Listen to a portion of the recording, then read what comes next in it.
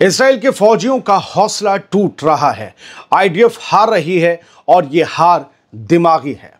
गजा की जंग में लड़ते लड़ते इसराइल के फौजियों का हौसला जवाब दे चुका है।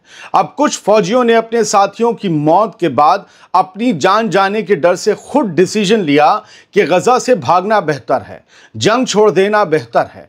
लेकिन उनका ये फैसला उनके लिए बन गया एक और सजा का सबब।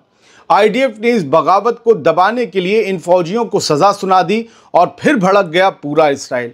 हालात इतने टेंस हुए कि आईडीएफ को लेना पड़ा एक और अहम नया फैसला। वो फैसला क्या था, मैं आपको आगे इस वीडियो में बताऊंगा, लेकिन पहले आपको बताऊंगा इन 3 फौजियों की कहानी। हुआ क्या ये जान लेना जरूरी है। ये सिर्फ 3 लोगों की बात नहीं है, ये निशानी है उस थकान की, उस डर की, उस खौफ की जो पूरी आईडीएफ की फौज के अंदर उतर चुका है। जंग का असर अब सिर्फ जख्मों तक नहीं, दिमागों तक पहुंच चुका है। और बात यहीं खत्म नहीं होती। इस वीडियो में एक और कहानी है, एक इस्राएली फौजी की खुदकुशी की कहानी।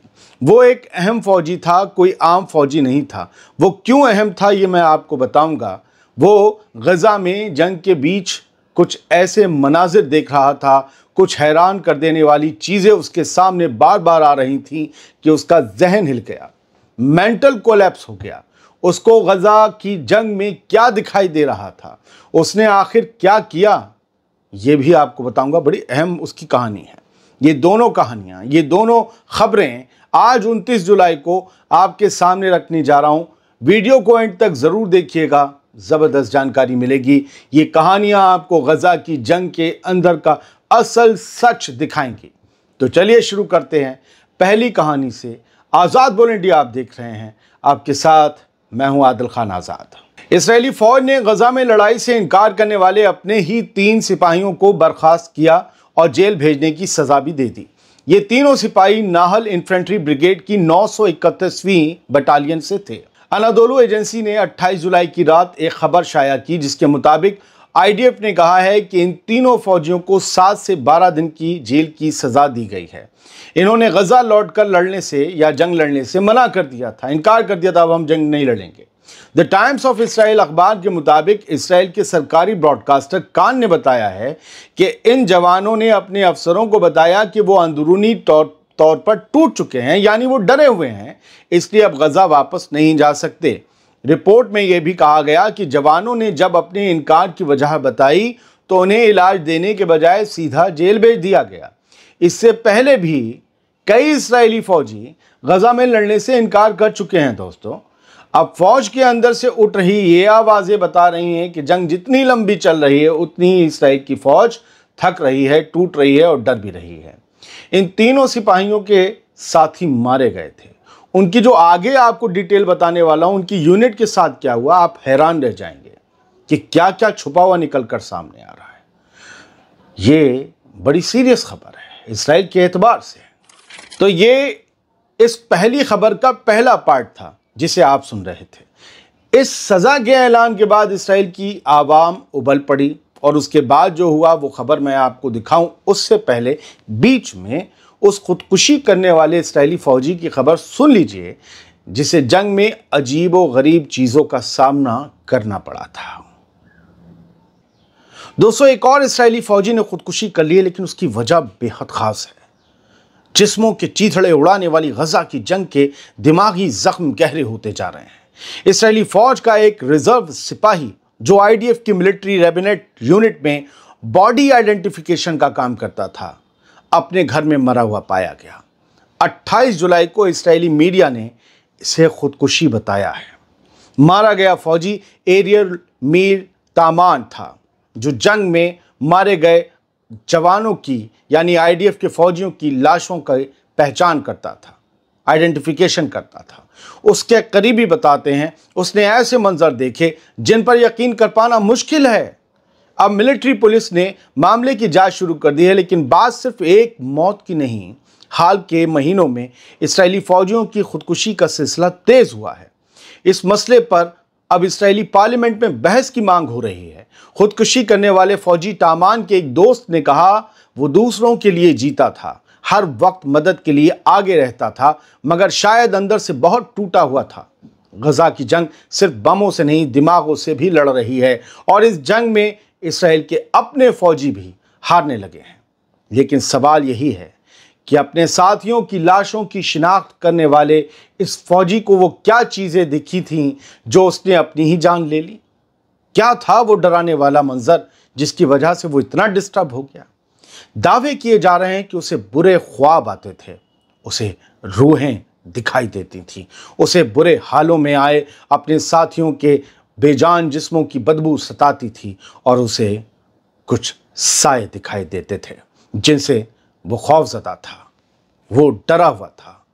वो साए आखिर किसके थे? क्या वो उसके दिमाग का फितूर थे या कुछ और?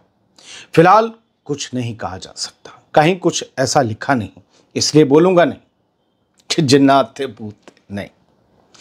अब आते हैं पहली खबर के दूसरे पार्ट पर। इसे नए सिरे से सुनिएगा और ध्यान से सुनिएगा, क्योंकि इसमें गजा की जंग से भाग रहे फौजियों ने कुछ अहम बातें बताई हैं, या भागे हुए फौजियों ने अहम बातें बताई हैं, और फौजियों की फैमिलीज के बयान भी बड़े अहम हैं। ये पहले पार्ट से ज्यादा दिलचस्प पार्ट है। 29 जुलाई को द टाइम्स ऑफ इसराइल अखबार ने गजा से भागने वाले फौजियों की कहानी, उनको सुनाई गई सजा, उस सजा पर हुए बवाल और फिर इसके बाद लिए गए फैसले के बारे में तफसील से खबर छापी है। इस खबर के मुताबिक गजा वापसी से इनकार करने वाले 3 इस्राएली फौजी जेल से बरी कर दिए गए हैं। फौज ने उनकी सजा का हुक्म हटा दिया है। गजा में दोबारा लड़ने से इनकार करने वाले 3 इस्राएली फौजियों को शुरू में जेल भेज दिया गया था, लेकिन अब इस्राएली फौज ने उनकी सजा का हुक्म वापस ले लिया है। क्यों? बताता हूं। तीनों सिपाही इसराइल की नहल इन्फेंट्री ब्रिगेड के थे और उन्होंने अपने अफसरों को बताया कि वो गहरे अंदरूनी तनाज़ा से गुजर रहे हैं। हमारे साथी मारे गए हैं, अब हम नहीं लड़ सकते। यानी जंग में देखी गई तबाही और साथियों की मौतों ने उन्हें अंदर से तोड़ दिया है। लेकिन इनकी गवाहियां जो आगे हैं वो बड़ी अहम है। फौज ने पहले इन तीनों सिपाहियों को 7 से 12 दिन की जेल और यूनिट से बर्खास्तगी की सजा दी थी, लेकिन जब इस फैसले के खिलाफ आवाज उठी, खास तौर पर आईडीएफ के फौजियों की माओ के ग्रुप इमा एरा ने सख्त एहतजाज जब किया, सख्त प्रोटेस्ट जब किया, तो फौज को अपना फैसला बदलना पड़ा। इन माओ ने कहा, नेतन्याहू, तुम हमारे बच्चों को एक ऐसी जंग में भेज रहे हो जिसे तुम और तुम्हारी फौज जीत ही नहीं पा रहे, मत मरवाओ हमारे बच्चों को। फिलहाल अब इन सिपाहियों को कॉम्बैट ड्यूटी से हटा दिया गया है और इन्हें गैर जंगी कामों में लगाया जाएगा। साथ ही इन्हें दिमागी इलाज और काउंसलिंग भी दी जाएगी। सजा से बरी होने वाले एक सिपाही ने जो बताया है उसे गौर से सुनिए। अब वो बताता है कि इसराइल अपने फौजियों के मारे जाने का कितना बड़ा नुकसान छुपा रहा है।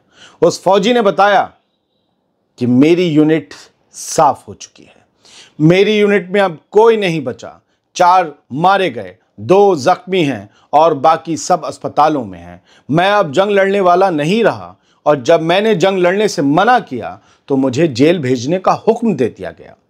दोस्तों, ये पहला मौका नहीं है जब इस्राएली सिपाहियों ने गजा जाने से इनकार किया हो, लेकिन अब हालात कुछ और ही इशारा कर रहे हैं।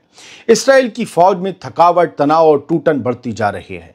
2025 में अब तक 19 इस्राएली फौजी खुदकुशी कर चुके हैं। सिर्फ जुलाई में 4 फौजियों ने जान दे दी है खुदकुशी से। जंग सिर्फ सरहद पर नहीं, फौजियों के दिमागों में भी लड़ी जा रही है और वहां इसराइल साफ साफ हारता नजर आ रहा है। इसीलिए मैंने कहा आईडीएफ हार रही है, दिमागी तौर पर हार रही है।